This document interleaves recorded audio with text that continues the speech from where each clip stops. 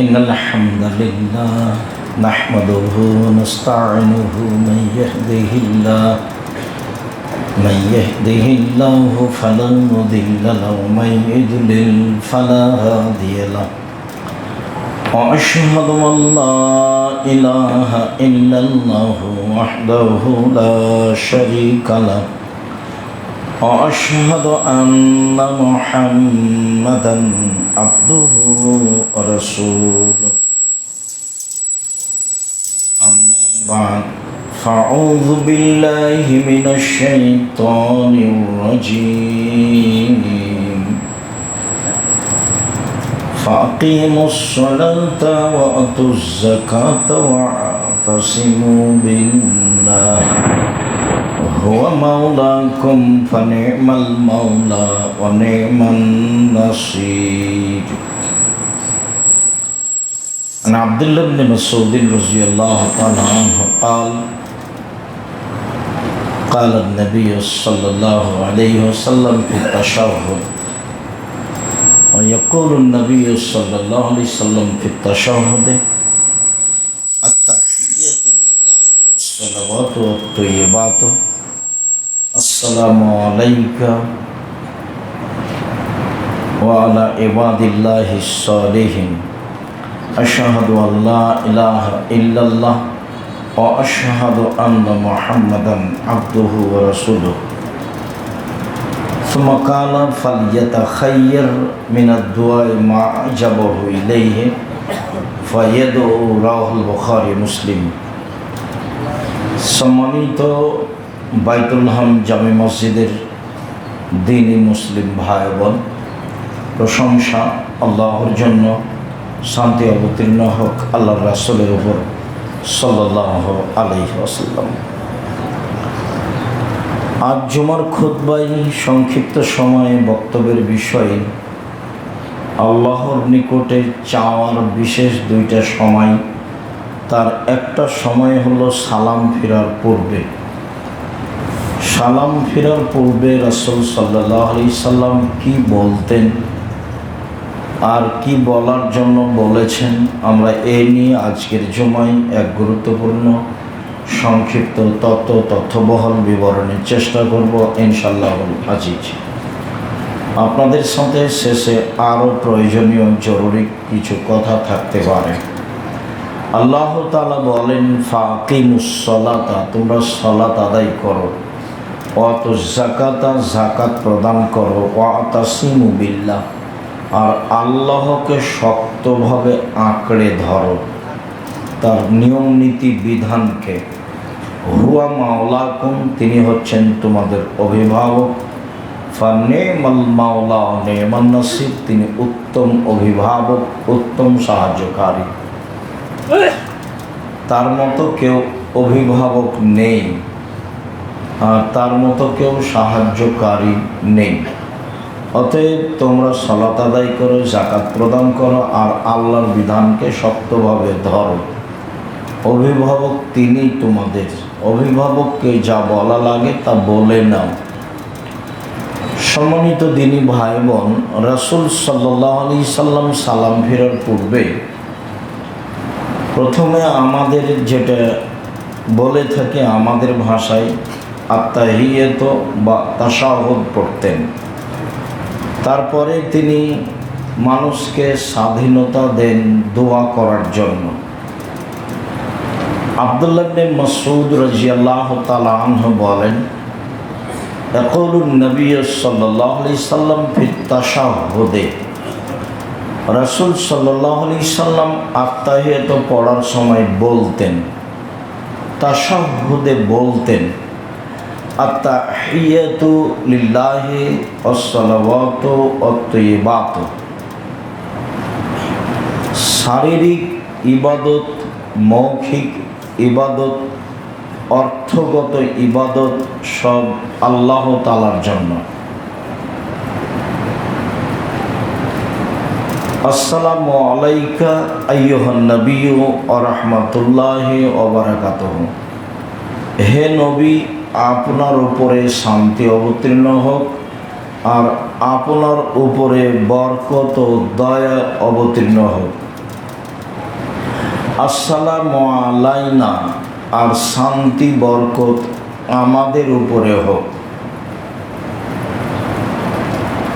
ওয়া আলা ইবাদিল্লাহিস সালিহিন, আর শান্তি পৃথিবীতে যারা সৎ কর্মশীল ভালো পুরুষ নারী ইবাদত করে যারা, তাদের প্রতি শান্তি বরকত অবতীর্ণ হোক।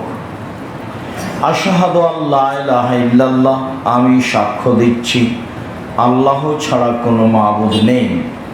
ও আশহাদু আন্না মুহাম্মাদান আবদুহু রাসূলুহু, আমি আরও সাক্ষ্য দিচ্ছি মুহাম্মদ আল্লাহর রাসূল এবং তার বান্দা। মুহাম্মদ সাল্লাল্লাহু আলাইহি সাল্লাম তার রাসূল এবং তার বান্দা, দাস।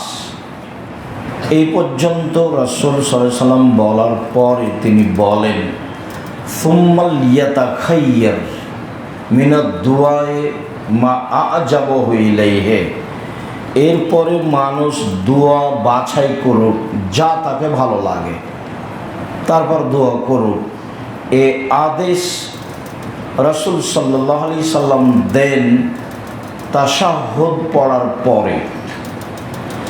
তিনি তাশাহুদ পড়ার পরে এই আদেশ দেন যে এরপরে মানুষ তার যা ভালো লাগে, যা মন চায় তা দোয়া করুক, অবশ্যই তার নিজ ভাষায় নয়। তাতে কোরআনের দোয়াও চলবে, হাদিসের দোয়াও চলবে।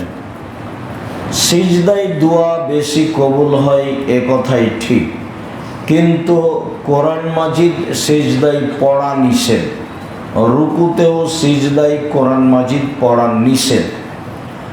আর অত্র বুখারী মুসলিমের হাদিসে এ দোয়ায় প্রমাণিত হয় যে আল্লাহর নবী আত্তাহিয়াত পড়ার পরে, তাশাহুদ পড়ার পরে দোয়া করার জন্য ইচ্ছা মতো অনুমতি দিলেন। যাকে যা ভালো লাগে, তা কোরআনের হতে পারে, তা হাদিসের হতে পারে।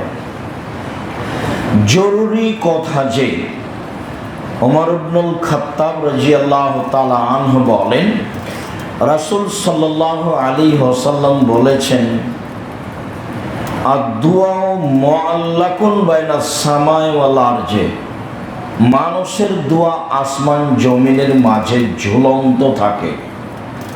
লা ইয়াউদু ইলাইহি শাইউম মিনাদ দুআ, কোনো দোয়াই আকাশে চলে যায় না, কোনো দোয়াই আকাশে চলে যায় না। সব দোয়াই আকাশ ও জমিনের মাঝে ঝুলন্ত থাকে।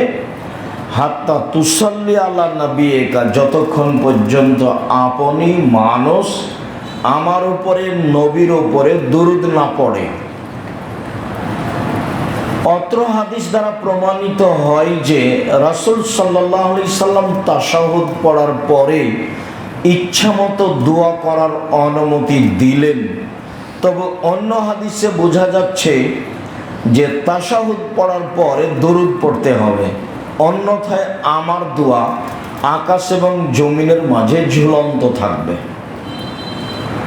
যেহেতু আমার দোয়া কবুল হওয়া নির্ভর করে দরুদের উপরে, কাজেই তাশাহুদের পরে আমার জন্য, দুনিয়াবাসীর জন্য, পুরুষ নারীর জন্য দরুদ পড়া একান্ত জরুরি।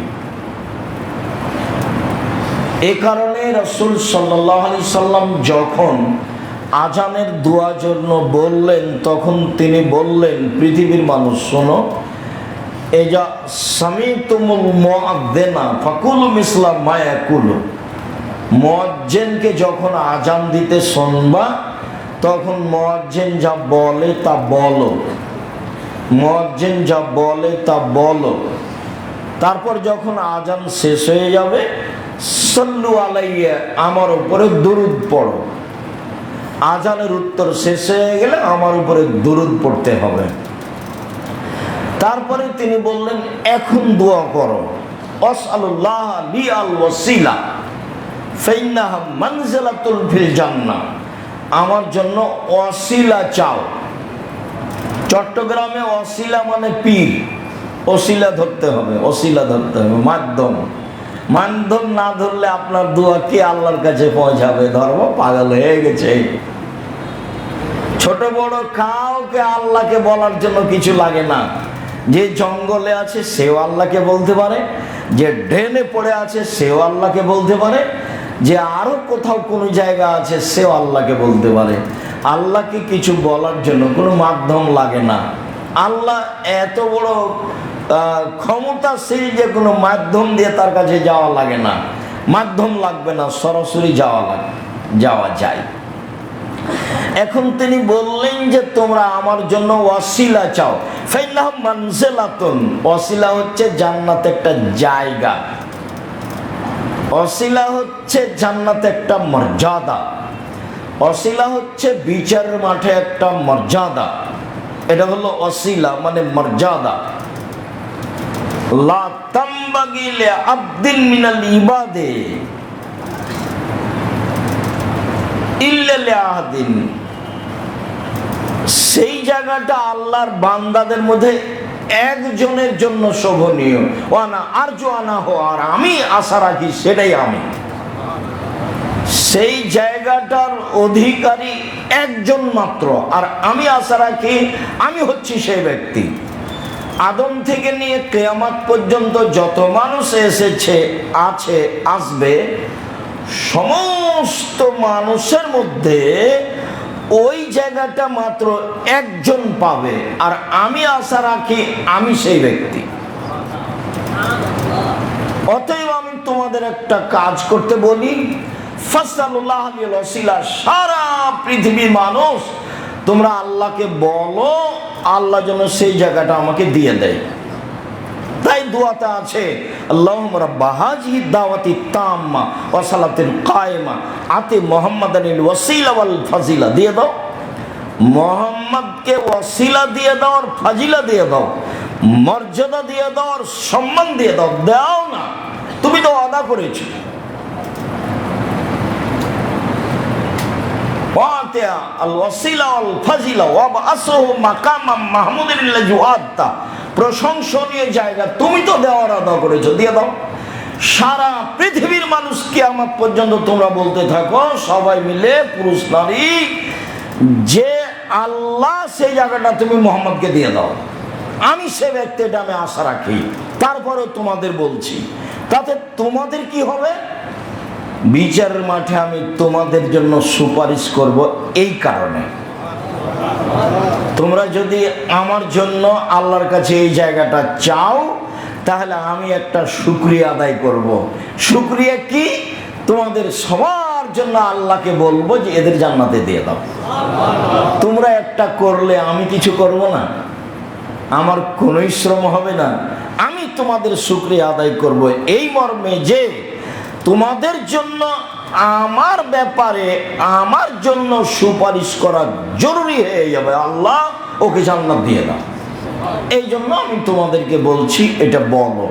অত্র বুখারী মুসলিমের হাদিসে যেটা বলা হচ্ছে যে আল্লাহ মুহাম্মদকে দিয়ে দেন, এই দিয়ে দেন বলার আগের কথাটা হলো দুরূদ।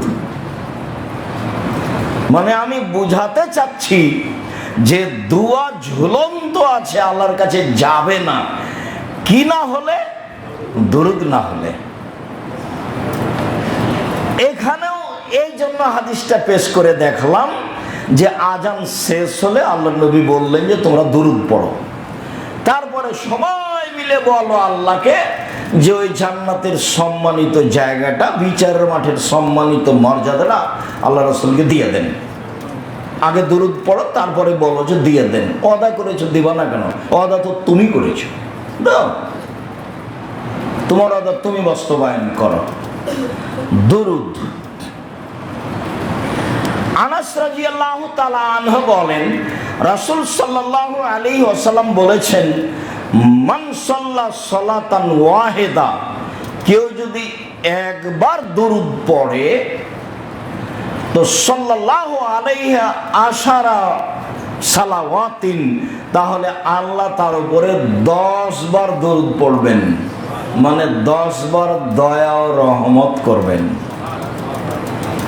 ওয়া হুত্তা হাত্তাতানহা আশারো খাতিয়াতিন, আর তার 10টা পাপ মিটিয়ে দেওয়া হবে। ও রফিয়াত লাহু আশারো দারাজাতিন, তার 10টা মান বাড়িয়ে দেওয়া হবে। শুধু যে দুরূদ পড়লে দোয়া কবুল হবে এই কথা নয়, শুধু যে দোয়া পড়লে দুরূদ কবুল হবে এই কথা নয়, তাতে আল্লাহ আমার প্রতি 10 বার দয়া করবেন, তাতে আল্লাহ আমার 10টা পাপ মিটিয়ে দিবেন, তাতে আল্লাহ আমার 10টা মান মর্যাদা বেশি করে দিবেন। কাব ইবনে উজরা বলছেন যে সাল্লা রাসূলুল্লাহ সাল্লাল্লাহু আলাইহি সাল্লাম ফাকুলনা ইয়া রাসূলুল্লাহ, আমরা আল্লাহ রাসূলকে জিজ্ঞাসা করলাম, আল্লাহর নবী কাইফা সালাতু আলাইকুম ওয়া আলাল বাইতে, আপনার উপরে আমরা দুরূদ কিভাবে পড়ব? কেন? ইন্নাল্লাহ কাদ আল্লামানা সালাম আলাইকা, আপনাকে আমরা সালাম দিতে জানি, আল্লাহ আমাদেরকে বলে দিয়েছেন যে আপনাকে কিভাবে সালাম দিব, কিন্তু আপনাকে দুরূদ পড়ব কিভাবে, আপনার উপরে দুরূদ পড়ব কিভাবে তা তো আমরা জানি না, কিভাবে দুরূদ পড়ব? তখন আল্লাহ রাসূল বলছেন, কুলু, তোমরা দুরূদ বলো, আল্লাহুম্মা সাল্লি আলা মুহাম্মাদিন ওয়া আলা আলি মুহাম্মাদ কামা সাল্লাইতা আলা ইব্রাহিম ওয়া আলা আলি ইব্রাহিম ইন্নাকা হামিদুম মাজিদ। হে আল্লাহ, তুমি মুহাম্মদ সাল্লাল্লাহু আলাইহি সাল্লাম ও তার বংশধরের প্রতি শান্তি অবতীর্ণ করো, যেমনভাবে ইব্রাহিম আলাইহিস সালাম ও তার বংশধরের প্রতি শান্তি অবতীর্ণ করেছ। তুমি প্রশংসনীয়, তুমি জ্ঞানী। আল্লাহুম্মা বারিক আলা মুহাম্মাদিন ওয়া আলা আলি মুহাম্মাদ কামা বারাকতা আলা ইব্রাহিম ওয়া আলা আলি ইব্রাহিম ইন্নাকা হামিদুম মাজিদ। হে আল্লাহ, তুমি মুহাম্মদ সাল্লাল্লাহু আলাইহি সাল্লাম ও তার বংশধরের প্রতি বরকত নাজিল করো, যেমনভাবে ইব্রাহিম আলাইহিস সালামের বংশধরের প্রতি এবং তার প্রতি বরকত নাজিল করেছো। তুমি প্রশংসনীয়, তুমি জ্ঞানী। এ হলো এক দুরূদ, যার নাম দুরূদে ইব্রাহিম। আরেকটা দুরূদ সাহাবীগণ সবসময় বলতেন, রাসূল সাল্লাল্লাহু আলাইহি ওয়াসাল্লাম বলেছেন, রাসূল সাল্লাল্লাহু আলাইহি ওয়াসাল্লাম বলেছেন, আল্লাহ নবী বললেন যে কেউ যদি আমার নামটা উচ্চারণ করে আর আমার উপরে দুরূদ না পড়ে তাহলে সে জান্নাতে যেতে পারলো না।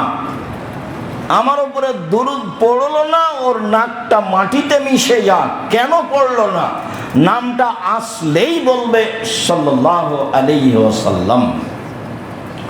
আল্লাহ, তুমি নবীর উপরে দুরূদ ও সালাম অবতীর্ণ করো, তাকে দয়া করো, তার উপরে নিরাপত্তা অবতীর্ণ করো, তার প্রতি দয়া করো, তার উপরে নিরাপত্তা অবতীর্ণ করো। উল্লেখ্য যে আমাদের দুরূদ কোরআন হাদিস দ্বারা প্রমাণিত নয়, যেটা আমরা বলে থাকি, আল্লাহুম্মা সাল্লি আলা সাইয়্যিদিনা মাওলানা নাবিয়ানা মুহাম্মদ বালাগাল উলা বিকামালিহি কাশাফাদ দুজা বিজামালিহি হাসানাত জামিউ খিসালিহি সাল্লু আলাইহি ওয়া আলিহি। দুরূদে ইব্রাহিম ব্যতীত পৃথিবীর কোনো দুরূদ গ্রহণীয় নয়, আপনাকে এটা ভালোভাবে মনে রাখতে হবে।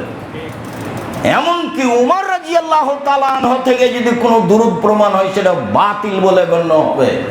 রাসূল সাল্লাল্লাহু আলাইহি সাল্লাম শিখিয়ে দিলেন, তোমরা দুরূদে ইব্রাহিম পড়ো, বলো, এটা আদেশ, এটাই রাসূলের দুরূদ। এক একটা শব্দের 19-20 আছে, কিন্তু আপনি আর আমি যেটা পড়ি, অন্তত চট্টগ্রাম, খাগড়াছড়ি, বন্দরবন এসব ডিস্ট্রিক্টে যা পড়া হয় তা কিয়ামত পর্যন্ত মানুষ কোনোদিন প্রমাণ করতে পারবে না। ফলাফল কি হবে? ফলাফল যা হবে তা ভয়াবহ। কেননা রাসূল সাল্লাল্লাহু আলাইহি সাল্লাম বলেছেন, পৃথিবীর মানুষ শুনে রেখো, বাল্লিগু আন্নী ওয়ালা আয়া, আমার একটি কথা জানা থাকলে অন্যকে বলো। পৃথিবীর মানুষ শুনে রেখো, ওয়াহাদ্দিসুন বানি ইসরাঈল হলাজ, বানি ইসরাঈলের কাহিনী বলো, কোনো দোষ নেই। পৃথিবীর মানুষ শুনে রেখো, মান কাযাবা আলাইয়া মুতাআম্মিদান ফালিয়াতাবাওয়া মাকাদাহু মিন নার, কেউ যদি কোনো কথা আমার নামে বলে, সেই কথা যদি আমার না হয়, কেউ যদি কোনো কথা আমার নামে লিখে, সেই কথা যদি আমার না হয়, তাহলে তার থাকার জায়গা জাহান্নাম। হুজুর কত বড় এটা বিবেচনা বিচারের মাঠে হবে না? পাগড়ি কত বড় এ বিবেচনা হবে না? জুব্বাল খাল্লা কত বড় এ বিবেচনা হবে না? দুরূদ যদি রাসূলের না হয় তাহলে ফলাফল জাহান্নাম। এ কথাই রাসূল সাল্লাল্লাহু আলাইহি ওয়াসাল্লাম বলেছেন, হাদিস বুখারী মুসলিম। সম্মানিত দিনী ভাই বোন, যারা এসব অঞ্চলে শিরক বেদাতের সাথে জড়িত, আমরা তাদেরকে জোরালোভাবে বলতে চাই যে আপনার দুরূদ বাতিল করার জন্য আমরা চেষ্টা করিনি, বরং আপনার দুরূদ যেন রাসূলের দুরূদ হয়, এইটা আপনাকে অনুরোধ জানাচ্ছি। একথাই চূড়ান্ত যে দুরূদ যদি রাসূলের না হয় তাহলে ফলাফল জাহান্নাম, এইটা আপনাকে মনে রাখতে হবে। আপনি যেটা বলতে চাচ্ছেন সেটা খুব ভালোভাবে সূক্ষ্মভাবে একাধিক আলেমের কাছে প্রমাণ সহকারে দলিলাদিল্লাহ দেখে বলেন। আল্লাহ তাআলা বলছেন, ফাসআলু আহলা যিকরি ইন কুনতুম লা তা'লামুন বিল বায়িনাতি ওয়াজ জবর। পৃথিবী মানুষ, তোমরা জানা মানুষের নিকটে জানো প্রমাণ সহকারে। একে তো জিজ্ঞাসা করতে হবে জানা মানুষকে। বক্তৃতার জগৎ এমন একটা জগৎ যেখানে বিদ্যা লাগে না, থুথির জোর যার সেই বক্তা। কাজে এখানে জানা মানুষ বিবেচনা করাও খুব কঠিন। আল্লাহ বলছেন জানা মানুষের নিকটে জানো প্রমাণ সহকারে। জানা মানুষ হলেই যে একটা কথা বলে দিবে সেটাই চলবে, জি না, প্রমাণ লাগবে। চলন্ত নীতি ছিল, তার নাম জাহেলিয়াত। খাওয়া ছিল, পান করা ছিল, চলাফেরা ছিল, স্ত্রী মিলন ছিল, বিবাহ শাদী ছিল, সমাজ ছিল, সব ছিল জাহেলিয়াতে পরিপূর্ণ। সেটাকে বন্ধ করে দিয়ে নতুন নিয়ম নীতি চালু করা হয়েছে, তার নাম ইসলাম। যে স্তরে যাবেন, খাওয়া, চলা ফেরা, শোয়া, ঘুমানো, পেশাব পায়খানা, জুতা স্যান্ডেল, অফিস আদালত, কোর্ট কাছারি, সব জায়গায় ইসলাম চালু হয়েছে নতুন ভাবে। যার কারণে আল্লাহ রাসূল বলছেন, বাদাল ইসলাম গরিবা সায়াউদু কামা বাদা গরিবা। ইসলাম অপরিচিত অবস্থায় ছড়িয়ে পড়েছে, আবার অপরিচিত অবস্থায় বিদায় নেবে। যখন মানুষ ইসলামের কথা মানুষকে বলবে, তখন বলবে ওই সব নিয়ম নীতি পুরাতন, ছাড়ো তো, ওইগুলো কোনোদিন শুনিনি। ইসলামের নিয়ম নীতি মানুষের কাছে নতুন হয়ে যাবে। যখন ছড়িয়ে পড়েছিল তখনও ছিল নতুন, আবার যখন ইসলাম বিদায় নেবে তখন নিয়ম নীতি মানুষের কি হয়ে যাবে, নতুন হয়ে যাবে। এটা ভারী কিছু মনে হবে না, এটা স্বাভাবিক ব্যাপার। ওগুলো বাদ দা, একটা হোলি হলো। সম্মানিত দিনী ভাই বোন, আয়েশা রাদিয়াল্লাহু তাআলা আনহা বলেন, কানান নবী সাল্লাল্লাহু আলাইহি সাল্লাম ইয়াকুলু ওয়া ফি রিওয়ায়াতিন ইয়াল্লিমুনা হাজা দুআ কামা ইয়াল্লিমুনা সূরাতা মিনাল কোরআনে। আল্লাহর নবী আমাদেরকে এই দোয়াটি শিখাতেন, যেমন ভাবে কোরআন মাজিদের আয়াত আমাদেরকে শিখাতেন। তাহলে দোয়ার কত গুরুত্ব। আয়েশা রাদিয়াল্লাহু তাআলা আনহা বলেন, আগে তো হলো তাশাহুদ, তারপরে তো হলো দুরুদ, তারপরে আল্লাহুম্মা ইন্নী আউযু বিকা মিন আযাবি জাহান্নাম। হে আল্লাহ, তোমার কাছে আমি জাহান্নামের শাস্তি থেকে বাঁচতে চাচ্ছি। ওয়া আউযু বিকা মিন আযাবিল কবর, আমি তোমার কাছে কবরের শাস্তি থেকে বাঁচতে চাচ্ছি। ওয়া আউযু বিকা মিন ফিতনাতিল মাসিহিদ দাজ্জাল, তোমার কাছে দাজ্জালের ফিতনা বিপদ থেকে বাঁচতে চাচ্ছি। ওয়া আউযু বিকা মিন ফিতনাতিল মাহি ওয়াল মামাত, তোমার কাছে বাঁচতে চাচ্ছি ইহকালের ফিতনা, তোমার কাছে বাঁচতে চাচ্ছি পরকালের ফিতনা হতে। মানুষ মনে করছে যাক মরে গেছে, ঝামেলা মিটে গেছে। জি না, দুনিয়াতে যে ঝামেলা ছিল তার চেয়ে হাজার গুণ ঝামেলা বেড়ে গেছে। ওয়া আউযু বিকা মিন ফিতনাতিল মাহি ওয়াল মামাত, বেঁচে থাকার ফিতনা এবং মরে যাওয়ার ফিতনা, বেঁচে থাকার বিপদ এবং মরে যাওয়ার পরে বিপদ থেকে তোমার কাছে বাঁচতে চাচ্ছি। আউযু বিকা মিনাল মাকসামি ওয়াল মাগরাম, তোমার কাছে বাঁচতে চাচ্ছি বড় পাপ হতে, তোমার কাছে বাঁচতে চাচ্ছি ঋণ কর্য হতে, তোমার কাছে বাঁচতে চাচ্ছি বড় পাপ হতে, তোমার কাছে বাঁচতে চাচ্ছি ঋণ কর্য হতে। এই দোয়া পড়তেন রাসূল সাল্লাল্লাহু আলাইহি সাল্লাম সালাতের শেষে সালাম ফেরার পূর্বে বলে আয়েশা রাদিয়াল্লাহু তাআলা আনহা বলেন। মুআয ইবনে জাবাল রাদিয়াল্লাহু তাআলা আনহু বলেন, রাসূল সাল্লাল্লাহু আলাইহি ওয়াসাল্লাম আমাকে বললেন, ইন্নী উহিব্বুকা ইয়া মুআয, মুআয আমি তোমাকে ভালোবাসি। প্রথম বাক্য আল্লাহ রাসূল বলছেন, মুআয আমি তোমাকে ভালোবাসি। তো মুআয বলছেন যে আমি তখন বললাম ওয়ানা উহিব্বুকা ইয়া রাসূলুল্লাহ, আমি আপনাকে ভালোবাসি। এটা মুখামুখি হলো। তারপর আল্লাহ রাসূল বলছেন মাস ফালা তাদা আন তাকুলা ফি দুবুরি কুল্লি সালাতিন, সালাতের শেষে সালাম ফিরার পূর্বে এই দোয়াটি কখনো ছাড়ো না। যেটা আমরা পরে বলি সালাম ফিরার পরে, সেটা আগেও বলা যায়। এই দোয়াটি তোমরা কখনো ছাড়ো না সালাতের শেষে। তা হলো আল্লাহুম্মা আইন্নি আলা যিকরিকা ওয়া শুকরিকা ওয়া হুসনি ইবাদাতিক। আল্লাহ তুমি আমাকে সাহায্য করো, আমি যেন তোমাকে স্মরণ করতে পারি, আমি যেন তোমার শুকরিয়া আদায় করতে পারি, আমি যেন তোমার সুন্দর ইবাদত করতে পারি। মরবে আমাকে সাহায্য করো। মজ আমি তোমাকে ভালোবাসি। মজ বললেন আল্লাহ নবী আমি আপনাকে ভালোবাসি। ঠিক আছে মজ, সালাম ফিরার পূর্বে কখনো এই দোয়া বলতে ভুলো না, এই দোয়া ছেড়ে দিও না। আল্লাহুম্মা আইন্নি আলা যিকরিকা ওয়া শুকরিকা ওয়া হুসনি ইবাদাতিক। আল্লাহ তুমি আমাকে সাহায্য করো তোমাকে ডাকার ব্যাপারে, তোমার শুকরিয়া আদায়ের ব্যাপারে, সুন্দর ইবাদত করার ব্যাপারে। সাহায্য করলেই তো আমি পারি, আমি কেন ঘুমাই?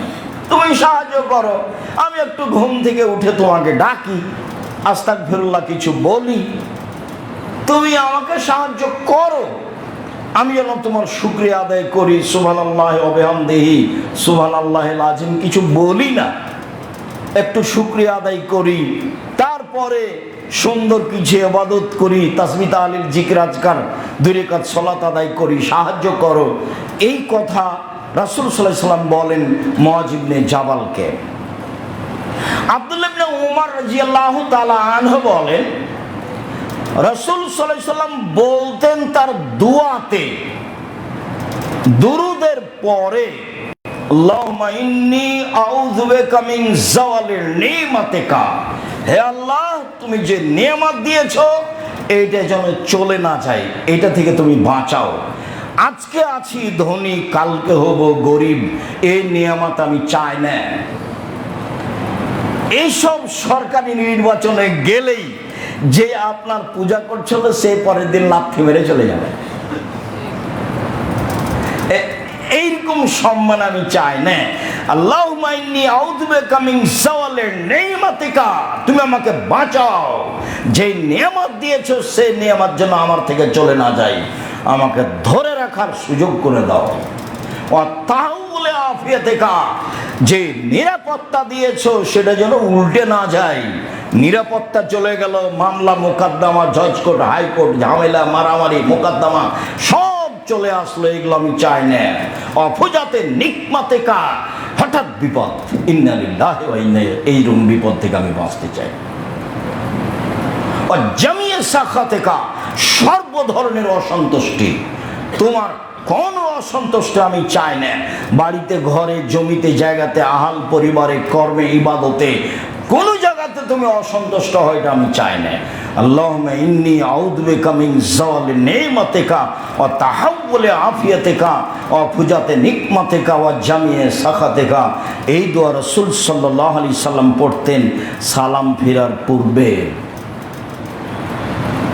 বারা রাদিয়াল্লাহু তাআলা আনহু বলেন রাসূল সাল্লাল্লাহু আলাইহি সাল্লাম বলতেন সালাতে সালাম ফিরার পূর্বে আল্লাহুম্মা ইন্নী আল্লাহুম্মা কিনি আযাবাক ইয়াওমা তাবাসু ইবাদাক, আল্লাহ তুমি আমাকে জাহান্নাম থেকে বাঁচাও ওই দিন যেদিন তুমি মানুষের পুনরুত্থান করে বিচার করবে। বিচারের দিন আমাকে জাহান্নাম থেকে বাঁচিয়ে দিবা, আগে বলে রাখছি। বিচারের দিন তুমি আমাকে জাহান্নাম থেকে বাঁচিয়ে দিবা, জাহান্নাম সিদ্ধান্ত হয় না যেন, ওটা আমি আগেই বলে রাখছি। রাসূল সাল্লাল্লাহু আলাইহি সাল্লাম সালাম ফিরার পূর্বে দোয়াগুলি পড়তেন, এ কথাও লেখা আছে হাদিস গ্রন্থে। এবং আপনি এ বই পড়েন না কেন সেটা আমি জানি না, আমি আপনার জন্য লিখেছিলাম প্রচলিত সলাৎ বানাম রাসূল সাল্লাল্লাহু আলাইহি সাল্লামের সলাৎ, আব্দুর রাজ্জাক বিন ইউসুফ, একবারে অক্ষরে অক্ষরে ধরে ধরে লেখা আছে। কোনো জায়গাতে রাসূলের কথা ছাড়া কোনো একটা কথা ঢুকে গেছে, এটা যেন না হয় এ ব্যাপারে আমি প্রাণপণে চেষ্টা করেছি। রাসূল সাল্লাল্লাহু আলাইহি সাল্লামের হুবাহু সালাত আপনাকে দেখানোর চেষ্টা করেছি। তাতে তিনি সালাম ফেরার পূর্বে কোন দোয়াগুলি পড়তেন সেগুলি সিরিয়াল দেওয়া আছে, পরবর্তীতে কি পড়তেন সেগুলো সিরিয়াল দেওয়া আছে। বুঝে পড়ি, আল্লাহ তুমি তৌফিক দান করো। আল্লাহুম্মা সাল্লি আলাইহি আল্লাহুম্মা বারিক আলাইহি। আলহামদুলিল্লাহ ওয়াহদা ওয়াসসালাতু ওয়াসসালামু আলা মান লা নাবিয়্যা বা'দা। সম্মানিত দিনী ভাই বোন, রাসূল সাল্লাল্লাহু আলাইহি সাল্লাম দোয়া পড়তেন সালাম ফেরার পূর্বে। আবু হুরায়রা রাদিয়াল্লাহু তাআলা আনহু বলেন, রাসূল সাল্লাল্লাহু আলাইহি ওয়াসাল্লাম বলতেন, আল্লাহুম্মা ইন্নী আউযু বিকা মিনাল জুবনে, হে আল্লাহ তোমার কাছে আমি আশ্রয় চাচ্ছি কাপুরুষতা, ভীরুতা হতে। আমি ভীরু হতে রাজি নই। আল্লাহ রাসূল বীর পুরুষ হয়ে বেঁচে থাকতে চাইতেন সবসময়, পিছে হটার কোনো সুযোগ নেই। কোনো কাজে, বৈধ কাজের পদক্ষেপ নিয়ে কি যে হয় এরকম কোনো সুযোগ নেই। আল্লাহ তোমার কাছে বাঁচতে চাচ্ছি কাপুরুষতা, ভীরুতা হতে, 3 রাত বলতেন। আউযু বিকা মিনাল বুখলে, আর বাঁচতে চাচ্ছি তোমার কাছে কৃপণতা হতে। জামিয়া সালাফিয়ার অধীনে বাইতুল হাম জামে মসজিদ, আনন্দবাজার, হালিশহর, চট্টগ্রাম, খালি হাতে আসবেন, এটা একবারে ভুলে যেতে হবে। সেটা কম হোক আর বেশি হোক। আল্লাহ নবী আল্লাহ তাআলা বলছেন 3 শ্রেণীর মানুষ জান্নাতে যাবেই। তার 1 শ্রেণীর মানুষ আল্লাযীনা ইউনফিকুনা ফিস সাররাই ওয়াদ দাররাই, যারা সচ্ছল অসচ্ছল অবস্থায় দান করে। সচ্ছল 10,000, অসচ্ছল 10 টাকা, 5 টাকা। একটা কয়েন বুঝেন কিনা আপনারা? মানে যেটা টাকা, একটা কয়েন, সেটা যেটাই হোক না কেন, আল্লাহ বললেন সচ্ছল আর অসচ্ছল, বললেন না যে 10,000 আর 10 টাকা, এ কথা তিনি বললেন না। আল্লাহ তাআলা বললেন জান্নাতে ওরা যাবে যারা সচ্ছল হয়ে দান করে, যারা অসচ্ছল হয়ে দান করে। এই আয়াতের পরিপ্রেক্ষিতে আল্লাহ রাসূল বললেন যে কুল্লু মুসলিমিন সাদাকা, সবাকে দান করতে হবে। যেমন বলেছেন সবাকে দান করতে হবে, সাহাবী তো কথা বুঝেন, আরবি ভাষায় বলেছেন। তখন বললেন ফাইনালিস্টাতে যদি না পারে সবাই দান করবে কিভাবে? টাকায় নাই দান করবে মানে? এই কয়েকদিন থেকে বাড়িতে খাবার নেই, দান করবে সবাই, এটা কেমন হলো কথা? এটা সাহাবীগণ বললেন। তখন আল্লাহ রাসূল বলছেন ইয়ামালু বিয়াদাইহি ইয়ানফা নাফসু ইয়াতাসাদ্দাক, মানুষের বাড়িতে কাজ করে নিজে উপকৃত হবে এবং দান করবে। নেন এবার, দিন মজুরকে দান করতে হবে, ভ্যান চালককে দান করতে হবে, রিক্সাওয়ালাকে দান করতে হবে, মানুষের বাড়িতে কাজ করে দান করবে। যখন সাহাবীগণ বললেন না পারলে কি করবে? মানুষের বাড়িতে কাজ করবে, এবার মুখের উপরে হাতে হাতে। তারপর সাহাবীগণ বললেন এটাও যদি না পারে, তখন আল্লাহ রাসূল বললেন যে তাহলে অসহায় মানুষের সহযোগিতা করবে। একটা ভ্যান আটকে ছিল, রাস্তা দিয়ে যাচ্ছিলেন, ঠেলে দেন, পার হয়ে যাক। তো অসহায় মানুষের সহযোগিতা করা হলো। তখন সাহাবীগণ বলছেন এটাও যদি না পারে, নামতে লাগলেন নিচে। তখন আল্লাহ রাসূল বলছেন যে ফায়ুমসিকু নাফসাহু আনি শাররি ফাইনাল সাদাকা, তাহলে নিজেকে পাপ থেকে ঠেকাবে, এটাই সাদকা, এটাই দান। না এবার তোমাদের সাথে আমি থেকে গেলাম শেষ পর্যন্ত। হাদিস বুখারী মুসলিম।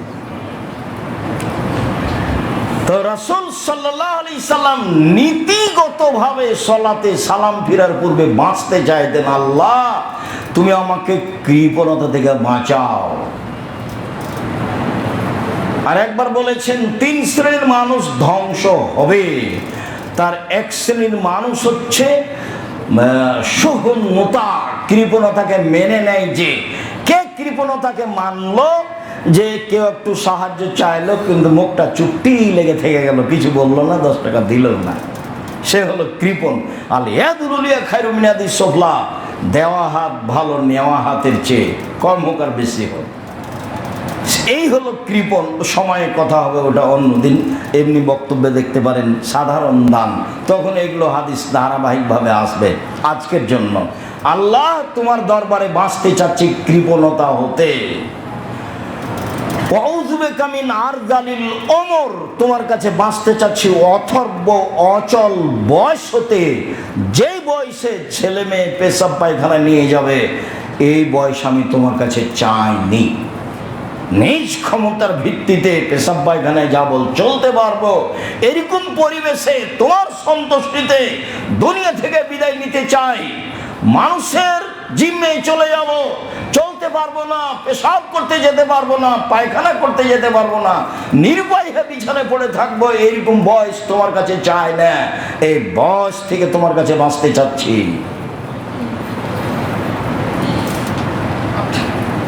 আউযু বিকা মিন আরযালিল উমরি আতে নফসি তাকওয়াহা ওয়া যাক্কিহা ওয়া আনতা খায়রু মান যাক্কাহা, তুমি আমাকে পরহেজগারিতা দাও, তুমি আমার আত্মাকে তাকওয়া পরহেজগারিতা দাও, তুমি তাকে বাঁচাও। তুমি উত্তম পরহেজগারিতা দাতা, তুমি তো পারো, দাও না। আনতা ওয়ালিয়ুহা মাওলাহা, তুমি হচ্ছে আমার আত্মার অভিভাবক, তুমি আমার আত্মার মালিক, অতএব তুমি আমার আত্মাকে তাকওয়াশীল করো, পরহেজগার করো। কত তোমার কাছে তোবা করলাম, আর কোনোদিন জর্দা খাবো না, কয়দিন পরে দেখি আবার খাচ্ছি। কতদিন তোমাকে বললাম যে আর জীবনে কোনোদিন সিগারেট মুখে দিব না, কয়দিন পরে দেখি আবার। কতবার তোমার কাছে তোবা করলাম যে এই মোবাইলে আর কোনোদিন কথা বলবো না, এই নাম্বার ব্যবহার করবো না, কতবার যে বললাম, দেখি বলছি। আল্লাহ আতে নফসি তাকওয়াহা ওয়া যাক্কিহা ওয়া আনতা খায়রু মান যাক্কাহা, তুমি উত্তম আত্মাকে পবিত্রকারী, তুমি তো আত্মার অভিভাবক। ঠেকাও তুমি, তুমি আত্মার মালিক, আমি মালিক, তুমি মালিক, তুমি ঠেকাও না। আমি করি কেন, আমি তো চাইনি এইটা। আউযু বিকা মিন লা ইয়ানফা, আমি ওই বিদ্যা চাই না যে বিদ্যা উপকার করে না। অমিন কালবিন লা ইয়াখশা, ওই আত্মা চাই না যে আত্মা আল্লাহর ভয়ে, ওই অন্তর চাই না যে অন্তর আল্লাহর ভয়ে কাঁদে না। অমিন নাফসিন লা তাসবা, ওই আত্মা আমি চাই না তোমার কাছে যে আত্মা অল্পতেই খুশি হয় না, খালি বলে আরো, খালি বলে আরো, আরো লাগবে, এরকম আত্মা আমি তোমার কাছে চাই না। অমিন দাওয়াতিন লা ইস্তাজাবু লাহা, ওই দোয়া করতে চায় না যে দোয়া তোমার দরবারে কবুল হয় না, ওই দোয়া করতে চায় না যে দোয়া তোমার দরবারে কবুল হয় না। এই দোয়া রাসূল সাল্লাল্লাহু আলাইহি ওয়াসাল্লাম সালাতে সালাম ফিরার পূর্বে পড়তেন। আমর ইবনে ইয়াসার রাদিয়াল্লাহু তাআলা আনহু বলেন, রাসূল সাল্লাল্লাহু আলাইহি ওয়াসাল্লাম বলতেন সলাতে, রাসূল সাল্লাল্লাহু আলাইহি ওয়াসাল্লাম বলতেন সলাতে, আল্লাহুম্মা, হে আল্লাহ, বে ইলমিকাল গায়বা, গায়েবের খবর তুমি জানো, ওয়া কুদরাতিকা আলাল খালকে, মাখলুকের উপর ক্ষমতা তুমি রাখো, আইনি মা আলিমতাল হায়াতা খায়রান লি, আমাকে জীবিত রাখো যতদিন পর্যন্ত আমার জীবিত থাকা কল্যাণকর হবে। অতঃফানি মা আলিমতাল ওয়াফাতা খায়রান লি, আমাকে ওই সময় মরণ দাও যেই সময় মরণ আমার জন্য ভালো হবে। আল্লাহুম্মা ওয়াসআলুকা খাশিয়াতাকা ফিল গায়বি ওয়া শাহাদাতে, আল্লাহ তোমার কাছে চাচ্ছি তুমি আমাকে দাও, দেখেও না দেখে যেন তোমাকে ভয় করি, দেখেও না দেখে যেন তোমাকে ভয় করি, তুমি আমার ভিতরে তোমার ভীতি দাও। ওয়াসআলুকা কালিমাতাল হাক্কে ফির রিজা ওয়াল গযাবে, সত্য কথা যেন বলতে পারি, পরিস্থিতি অনুকূলে হলেও পরিস্থিতি প্রতিকূলে হলেও, সুলি হোক ফাঁসি হোক, সত্য যেন বলতে পারি, এই তৌফিক দাও। ওয়াসআলুকা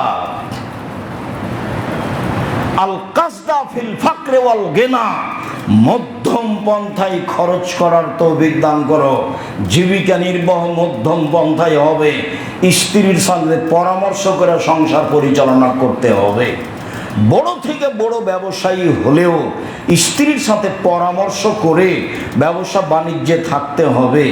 দোকানপাটের জিনিস কিনতে হবে প্রয়োজনীয়ভাবে। 1 কেজি বেগুন আছে, আবার 1 কেজি নিয়ে চলে আসলেন, তো ওটা তো পচে যাবে। এটি কি মধ্যম বন্ধা হলো? মাছ আছেই বাড়িতে, আরও মাছ নিয়ে আসলেন, তো ওটা ফেলে দিবে, ও তো ব্যবহার করতে পারবে না। মধ্যম পন্থায় খরচ করা তোমার কাছে চাচ্ছি, এটা তুমি করে দাও।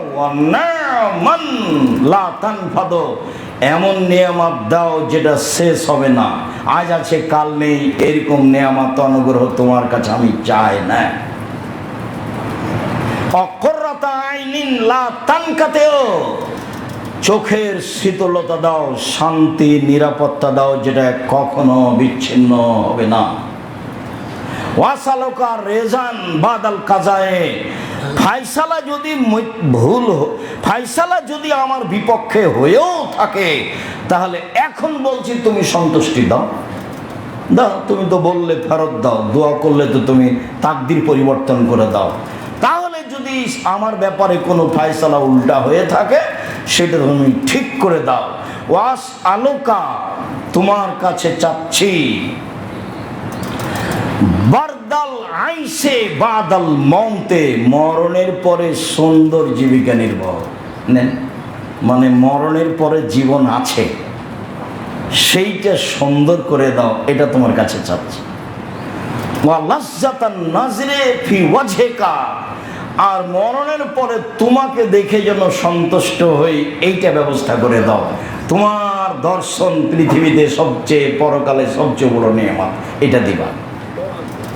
অশৌকামিন লেখা একা, আর তোমার সাথে সাক্ষাৎ করতে আগ্রহী হতে চাচ্ছি। খালি বেঁচে থাকবো, এই করব সেই করবো, এটা চাচ্ছি না। তোমার সাথে সাক্ষাৎ করতে আগ্রহী হওয়ার সুযোগ করে দাও। এরপরে রাসূল সাল্লাল্লাহু আলাইহি ওয়াসাল্লাম বলতেন, অমিন গায়রে যাররা মুজিরাতিন, আল্লাহ তোমার কাছে বাঁচতে চাচ্ছি যে কোনো ক্ষতিকারকের ক্ষতি হোক। মানুষ তো শত্রু আছেই, মানুষ তো হিংসুক আছেই, কেউ যেন হিংসা করে আমার কিছু করতে না পারে, কেউ যেন শত্রুতা করে আমার কিছু করতে না পারে, এ ব্যাপারে তুমি আমাকে বাঁচাও। ফিতনাতিন মুজিল্লা, এমন ফিতনায় বিপদে ফেলো না যে আমি ভুল পথে চলে যাব। এতদিন ভালো ছিলাম, কোন কথা যে আমার মাথায় জাগলো, আমি তখন ভুল পথে চলে গেলাম, এরকম ফিতনা যেন আমার উপরে না আসে। কাদিয়ানি হোক, শিয়া হোক, আকিদাগত হোক, ভুল পথে যেন চলে না যায়, পীর ধরা পথে বা যে কোনো পথে, এরকম পথে যেন চলে না যায়, এইটা থেকে তুমি বাঁচাও। আল্লাহুম্মা যায়্যিননা বিজিনাতিল ঈমান, আমাকে ঈমান দিয়ে সাজাও। ও হুদাতান মুহতাদিনা, আর যারা হেদায়েত প্রাপ্ত তাদের অন্তর্ভুক্ত করো। আমাকে ঈমান দিয়ে সাজাও, আমাকে ঈমান দিয়ে সাজাও, আর যারা হেদায়েত প্রাপ্ত তাদের অন্তর্ভুক্ত করো। আমি এমনিও হেদায়েত চাইনি, তোমার তো ভালো মানুষ আছে, ইহদিনাস সিরাতাল মুস্তাকিম সিরাতাল লাযিনা আনআমতা আলাইহিম, যাদের ভালো পথ দেখিয়েছো তাদেরটা আমাকে দেখাও। তোমার তো ভালো পথের লোক আছে, নেই এ কথা নয়, আমি তো নতুন চাইনি, তোমার তো ভালো পথের লোক আছে, তো যাদেরকে ভালো পথ দেখিয়েছে সেটা আমাকে দাও।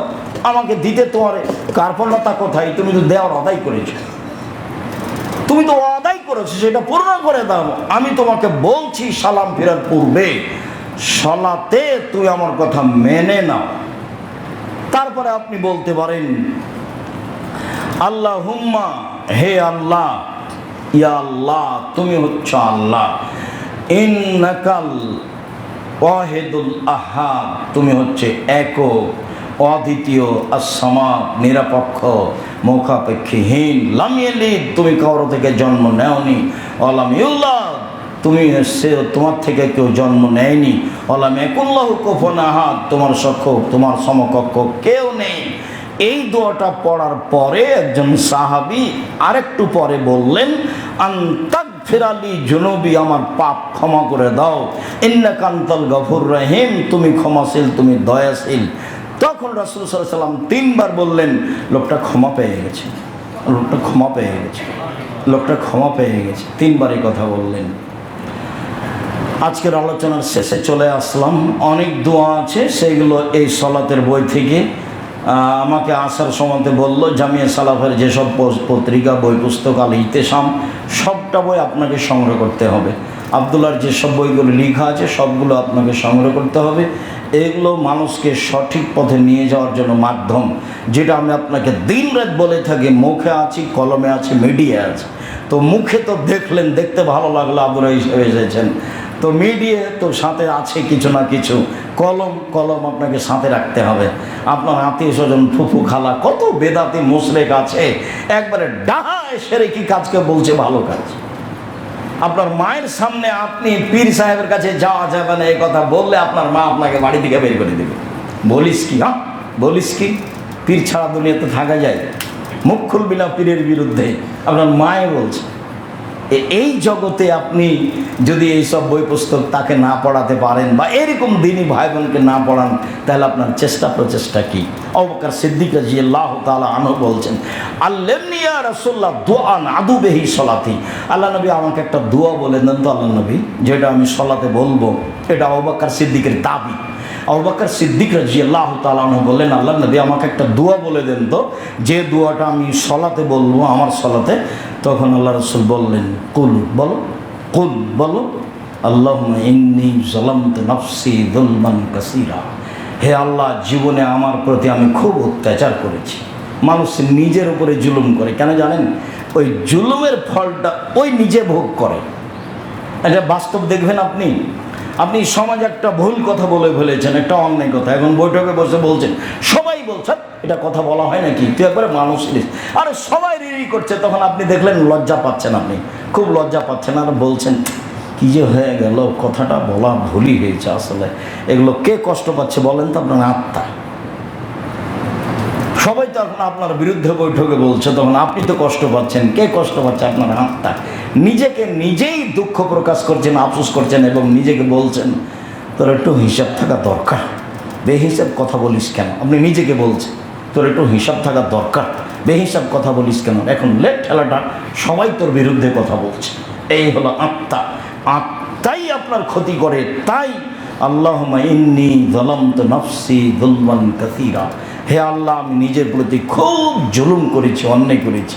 আবু বকর সিদ্দিককে বলতে বললেন। আবু বকর সিদ্দিক সবচেয়ে ভালো মানুষ, নবী রাসূল ব্যতীত একবারে আদম থেকে নিয়ে কিয়ামত পর্যন্ত সবার চেয়ে দামি। উনি বলছেন, আল্লাহুম্মা ইন্নী যালামতু নাফসি যুলমান কাসীরা।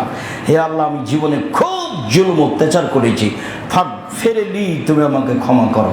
মাগফিরাতাম মিন ইনদিক, ক্ষমা তোমার পক্ষ থেকে হয়। ওয়ারহামনি ইন্নাকা আনতাল গাফুরুর রহিম, তুমি ক্ষমা করো, তুমি তো ক্ষমাশীল, তুমি তো দয়াশীল। তুমি যদি ক্ষমা না করো, তুমি যদি দয়া না করো, তাহলে কে করবে? সম্মানিত দিনী ভাই বোন, রাসূল সাল্লাল্লাহু আলাইহি সাল্লাম সালাম ফেরার পূর্বে এই দোয়াগুলি বলতেন। রাসূল সাল্লাল্লাহু আলাইহি সাল্লামের সালাত বনাম প্রচলিত সালাত বই খুলে দেখে নেন যে সালাম ফিরার পূর্বে রাসূল যা বলতেন সিরিয়াল দেওয়া আছে। আর আজকে যা বলা হলো তা আপনি নিজে শুনলেন এবং মিডিয়ার মাধ্যমে অবগত হবেন। সম্মানিত দিনী ভাই বোন, আলোচনার শেষে এসে বলছি কয়েকটি জরুরি কথা। তার প্রথম জরুরি কথা হচ্ছে এই যে বাইতুল হাম জামে মসজিদ, জামিয়া সালাফিয়া, আনন্দবাজার, হালিশহর, চট্টগ্রাম, যখনই আসবেন তখন খালি হাতে আসা হবে না, এইটা আপনি মনে রাখবেন। এটা আমার আন্তরিকভাবে জোরালো অনুরোধ। আপনি মনে করবেন না যে আব্দুর রাজ্জাক সাহেব আপনার বেতন লাগে 40 লাখ টাকা, আমার 10 টাকা দিয়ে কি হবে, এইটা যেন আপনার মাথায় না আসে। কেন? রাসূল সাল্লাল্লাহু আলাইহি সাল্লাম খুব দুর্দিনে বলেছিলেন, যেদিন পথও যাওয়া যাবে না, টাকাও নাই, গাড়ি ঘোড়াও নাই, সেদিন বলছেন আল্লাহ যে 800 কিলোমিটার পথ যেতে হবে। 800, 600, 700, 800 কিলোমিটার পথ যেতে হবে, এখনই যেতে হবে আল্লাহ বলছেন। জিবরাইল এসে বললেন, তখন ইনি বললেন যে তোমরা কে কিছু পারো দাও। এটাই খোলা মাঠে তার ডাক ছিল। তখন একবারে প্রথমে বললেন, বলার সাথে সাথে উমর বললেন অর্ধেক দিলাম। সেদিন উনি বলছেন, আমি মনে মনে ভেবেছি আজ আমি আবু বকর সিদ্দিককে পরাজয় করে দিলাম। আবু বকর তুমি বলে, আপনাকে আল্লাহকে বাড়িতে রেখে যা আছে সবই দিলাম। তখন উমর বললেন, আজ যখন পারিনি, জীবনে কোনোদিন আবু বকর সিদ্দিক অন্তত নেকি করে পারবো না। তা আবু বকর সিদ্দিকের কি টাকা হতে পারে? এই ভ্যান ভাড়াও হবে না। তারপর রাসূল বললেন উসমান। তো উসমান রাদিয়াল্লাহু আনহু বললেন, যত লোক যাবে সমস্ত লোকের অর্ধেকের যাতায়াত খরচ, খাওয়া খরচ আমি দেব। 30,000 লোক ছিল, 15,000 লোকের 3 মাসের খাওয়া খরচ, যাতায়াত খরচ এবং বাহন উট দিবেন। 15,000 উটের দাম কত হতে পারে? তার নাম ব্যবসায়ী, তার নাম ধনী। ব্যবসা করবেন এইভাবে, মানুষ সরকারকে উঠানো বসানোর জন্য নয়, অসহায় মানুষের পাশে দাঁড়ানোর জন্য। দেখেছেন কেমন ব্যবসায়ী? সৌদি আরবের সবচেয়ে বড় ব্যবসায়ী, ঠিক আছে, অর্ধেক মানুষের যাতায়াত খরচ, খাওয়া খরচ আমি দিলাম, তার নাম ব্যবসা। এইখানে যেটা আপনাকে বলতে চাইলাম, তো আবু বকর সিদ্দিকের কয় টাকা হতে পারে? ভ্যান ভাড়া হবে না, কিন্তু ও দিয়ে আর উসমানের টাকাটা শেষ হবে না, খালি বরকত, খালি বরকত। এই জন্য আপনাকে আমি বলি যে আপনি 10 টাকা, 50 টাকা, 10,000 টাকা, 5,000 টাকা জামিয়া সালামের জন্য কখনো বলবেন না। আর দ্বিতীয় জরুরি কথা যেটা, সেটা হচ্ছে এই যে আমরা নেবরাস ইন্টারন্যাশনাল স্কুলের কথা যেটা বলেছি, যেটার ভর্তি চলছে, সেটা চলছে। দেশ বিদেশের ভাই বোন যারা যেখানে আছেন তারা সেই নাম্বারে যোগাযোগ করে ভর্তি করেন। আর আরও সবাই আমাকে পরামর্শ দিচ্ছিল জামিয়া সালাফে চালু করতে একটু দেরি করা হোক, তা আমি পরামর্শ খুব একটা গ্রহণ করলাম না। আমি পাল্টা পরামর্শ দিতে চাইলাম যে না, বলেছি অতএব এই পথে থাকা হোক। জামিয়া সালাফে আনন্দবাজারে চালু হবে এবছরে ইনশাল্লাহ, 2026 সালের জানুয়ারি থেকে এখানে জামিয়া সালাফে চালু থাকবে। 5 জন 10 জন ছেলে হলেও আবাসিক চালু থাকবে। আবাসিক চালুর জন্য কিভাবে পয়সাপাতি নেওয়া যেতে পারে সেটা এখানে পরামর্শ থাকবে। রূপগঞ্জ জামিয়া সালাফে নেওয়া হয় 4,500 টাকা, থাকা খাওয়া বেতন সব মিলে 4,500, আর ভর্তি নেওয়া হয় 7,500। আর রাজশাহীতে নেওয়া হয় 3,500, আর ভর্তি নেওয়া হয় 5,000। রূপগঞ্জে দিনাজপুরে নেওয়া হয় ভর্তি 5,000, আর খাওয়া খরচ নেওয়া হয় 3,636। চিটাগাংকে সব হিসাব করে কালকে আপনাদের জানাবে যে একটা ছেলের থাকা খাওয়া খরচ, চলার মতো খাওয়ার রুটিন রাজশাহী থেকে ঢাকা থেকে নিয়ে আসা হবে, সে অনুপাতে এখানে খাওয়ার রুটিন থাকবে, তাতে কত খরচ লাগে তা অল্প খরচে হবে। বোর্ডিং চালু হবে ইনশাল্লাহ, 10 জন ছেলে দিয়ে হলেও, 5 জন ছেলে দিয়ে হলেও। আমরা কথা থেকে ফিরে আসবো না। জামিয়া সালাফিয়া আনন্দবাজার হালিশহর চট্টগ্রাম, আপাতত Nebras school, international Nebras school আপনার শান্তিবাগ হালিশহর চট্টগ্রাম, এইভাবে সিদ্ধান্ত নেওয়া হলো। সময়ের গতিতে বাকি আমার যারা দিনী ভাইয়েরা এখানে থাকছেন তারা আপনাদের সাথে পরামর্শ করবেন। শেষ কথা, সব দাবি উপরে পেশ করতে হবে। উপরে দাবি পেশ না করে দুনিয়াতে কিছু করতে চায়েন না। আমি চেষ্টা করি সব দাবি উপরে পেশ করে নিচে মানুষের কাছে পেশ করা, কেননা উপরে গন্ডগোল হয়ে গেলে আপনি দুনিয়া লেগে আপনি এটাকে ঠিক করতে পারবেন না। আর উপরে যদি ঠিক থাকে তাহলে আপনার কাজ ধীরে ধীরে ধীরে ধীরে সহজ হবে, শত্রু থাকলেও ইনশাআল্লাহ। আমি তার বাস্তব দেখেছি, দেখতে পাচ্ছি। সম্মানিত দিনী ভাই বোন, অবশ্যই সালাম ফেরার পরে, সালাম ফেরার পূর্বে কিভাবে আল্লাহ রাসূল দোয়া পড়তেন তা বলতে অভ্যাসী হবেন ইনশাআল্লাহ। যারা মিডিয়ায় আছেন থাকবেন সময়ের গতিতে, সকল দিনী ভাই বোনকে আমি বিষয়টি জেনে আমল করার জন্য অনুরোধ জানাচ্ছি। জামিয়া সালাফের বিষয়টি যেভাবে পেশ করা হলো, নেবরাস ইন্টারন্যাশনাল স্কুল সম্পর্কে যা বলা হলো, আপনারা সেইভাবেই ছেলে মেয়ে নিয়ে আগাবেন। দেশে বিদেশে যারা আছেন সকল দিনী ভাই বোনকে বিষয়টি ভেবে ছেলে মেয়েকে ভালো শিক্ষার জন্য আগ্রহী হবেন। অবশ্যই ছেলে মেয়ে মানুষ করবেন জাতির কল্যাণের জন্য। বড় ডাক্তার হবে, টাকা ইনকাম করবে, এ কথা নয়। না হলেও মিথ্যা খালি প্রিসক্রিপশন লিখবে, যে কোম্পানি টাকা দিয়েছে তারই ওষুধ লিখবে, জীবনটা 16 আনায় মিছা হবে, যেটা বহুবার শুনেছেন। বড় ইঞ্জিনিয়ার করবেন, খালি খালি টাকা চুরি করবে, কোটিপতি হবে। এইগুলো হিসাব মাথা থেকে নামিয়ে দিয়ে ছেলে মেয়ে মানুষ করবেন জাতির কল্যাণের জন্য, জাতিকে পরকালমুখী করবে। এই জন্য এই বৃহত্তর চট্টগ্রাম সারা বাংলাদেশকে, মানুষকে, পুরুষ নারীকে শিরক মুক্ত করব যে কোনো মূল্যে। এই জন্য ছেলে মানুষ করছি। এই পদক্ষেপ নিয়ে দুদিন বাঁচেন, ছেলে মেয়ে মানুষ করার চেষ্টা করেন। আল্লাহ আপনাকে সহযোগিতা করার জন্য প্রস্তুত রয়েছেন। আপনি যেমন চাইবেন তেমন দিবেন, এই কথা রাসূল সাল্লাল্লাহু আলাইহি ওয়াসাল্লাম বলেছেন, এই কথা আল্লাহ তাআলা বলেছেন। আল্লাহ, আমরা মানুষ, আমাদের ভুল ত্রুটি থাকতে পারে, তুমি আমাদের মাফ করো। জুমার খুতবার শেষে বলছি, তোমাকে বিশ্বাস করি তুমি এক অদ্বিতীয়, তোমার কোনো শরীক নেই, তুমি আজিজ পরাক্রমশালী, তুমি সব কিছু করতে পারো। এইটা আমরা এমনভাবে তোমাকে বিশ্বাস করি, দিনকে যেমন দিন বলি রাত বলি না, রাতকে যেমন রাত বলি দিন বলি না, এইটাকে যেমন বিশ্বাস করি ঠিক তোমাকে তেমনি বিশ্বাস করি তুমি পরাক্রমশালী, তোমার কোনো শরীক নাই, সর্বক্ষমতার অধিকারী তুমি। তোমার দরবারে আমরা সাধারণ মানুষ, তোমার ক্ষমতার নিকটে আমরা সাধারণ মানুষ আমাদের দাবিটুকু পেশ করলাম, তুমি আমাদের দাবি কবুল করো। আমাদের যারা মারা গেছে তুমি তাদের কবরের শাস্তি মাফ করো, আমরা যারা অসুস্থ তুমি তাদের আরোগ্য দান করো, আমরা যারা বেঁচে আছি তুমি তাদেরকে তোমার রাসূলের পদ্ধতি অনুযায়ী চলার তৌফিক দান করো। তোমার দরবারে এই জোরালো দাবি দাওয়া দোয়া রেখে আজকের জুমার খুতবা এখানে শেষ করলাম।